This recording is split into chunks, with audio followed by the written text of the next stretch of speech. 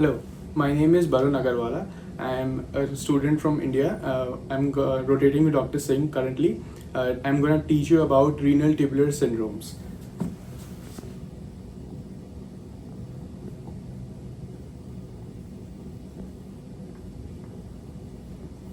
So renal tubular syndromes can be very confusing, and the different electrolytes in changes can be difficult to track.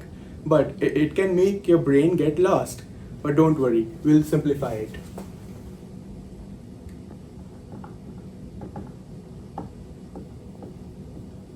So brain gets lost.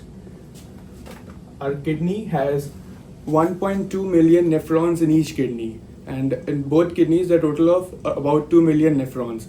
Here's a simple schematic representation of the nephron. This is the nephron and its different parts. This is the Bowman's capsule, this is the PCT, this is the descending limb of loop of Henle, this is the ascending limb, and this is the DCT, and this is the collecting duct. Ideally, the tubules are convoluted and the DCT is closer to the Bowman's capsule. But for simplicity, we are making a schematic representation of the nephron in a simpler way. So, in the nephron, there are three main ion channels.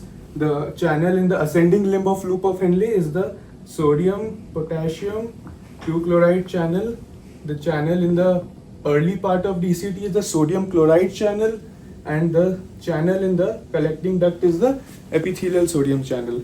The function of the channel is to reabsorb sodium, potassium and chloride. The function of this channel is to reabsorb sodium and chloride, and the function of this epithelial sodium channel is to reabsorb sodium while excrete potassium and hydrogen. So the three main syndrome, as we said, brain gets lost. It stands for Bartter, G for Gittleman, and L for Liddle syndrome. So from proximal to distal, it's BGL. So it's Bartter, it's Gittleman and Liddle syndrome.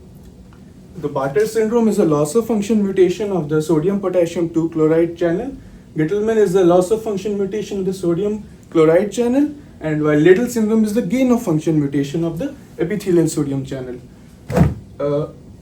So we need to check about the different electrolyte changes which occur in these syndromes. So as we said, coming back to the mnemonic, brain gets lost. So brain, we know that when it rains, it pours. So in Bartter syndrome, all the electrolytes from the serum is poured out in the urine. The different electrolytes are sodium, potassium, hydrogen and calcium. So all of them are poured out in the urine. That's why the serum levels of each and every electrolyte will be reduced in Bartter syndrome. In Gittleman syndrome, we can say that it gets calcium in the serum.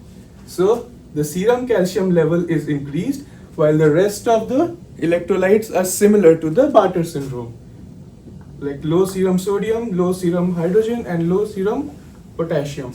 In Liddle syndrome, there is the gain of function mutation of the epithelial sodium channel, and as you said, its brain gets lost.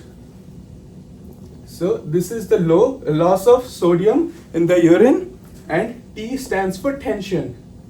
So as more and more sodium is reabsorbed from the urine, the serum levels of sodium increases, which leads to hypertension. So the blood pressure increases and the urine sodium level is low. So from one line, the brain gets lost, we can track all the electrolyte changes in the three renal tubular syndromes. And we can put an analogy, because in loop diuretic like Lasix, Bumax, we inhibit the sodium potassium chloride channel. So the similar electrolyte panel is seen in the loop diuretic as well. And Gittleman syndrome, like in thiazide diuretic, we block the sodium chloride channel. So similar electrolyte panel is seen with thiazide diuretic as well.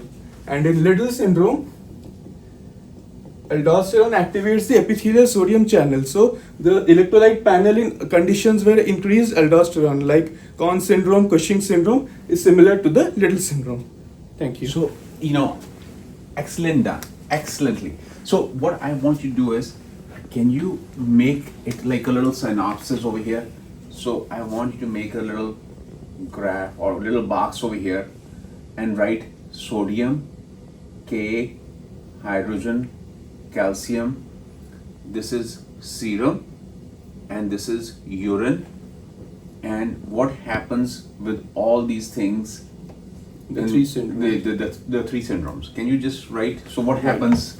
Okay. So as we said in Bartter syndrome, all the electrolytes are poured out in the urine. So the urine levels of everything will be high in Bartter syndrome, and as the urine levels are increasing, so the serum levels will be reducing. So it will be low in the Bartter syndrome. In the Gitelman syndrome, as we said, that it gets the calcium within the serum. So the urine calcium levels will be low and serum calcium levels will be high, and rest it is same as the Bartter syndrome. So yes, that's similar to the Bartter syndrome. And in Liddle syndrome, I'll just make it over here.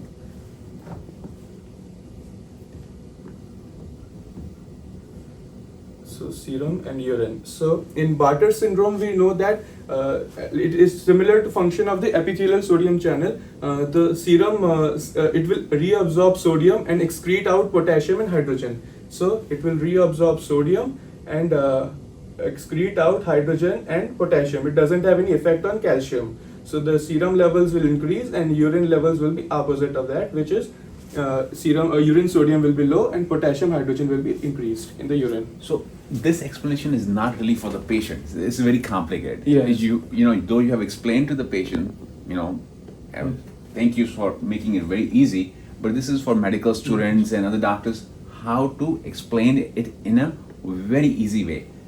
So that's why the approach of Dr. Doodle comes into play. So brain gets lost is a mnemonic. Right. So whenever you are making a picture for the patient, if you have to explain to the patient, or whenever you're making a picture, what I want you to do is, I want you to make the picture very crisp.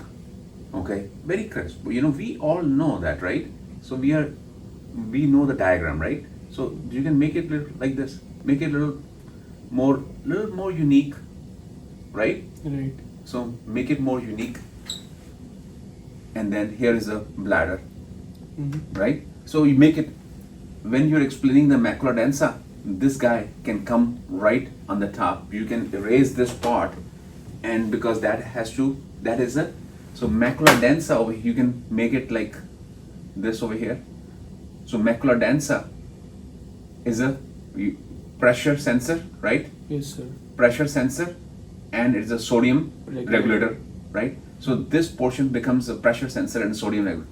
So in this way, you can explain our methodology of explaining the concept is schematic representation, and explaining to the patient, hey, there are 1.2 million nephrons, explaining it in a layman language. And what is the role of the kidneys? You can always say, hey, the role of the kidneys is and you can always say, hey, the role of the kidneys is potassium metabolism, iron, why? Because of erythropoietin, vitamin D, last step is done in kidneys, N is sodium, E is electrolytes, which you have just explained. Excellent, good job. And then S is systolic blood pressure, and this Y is what? WHY, water, then H plus or acid. So done, excellent.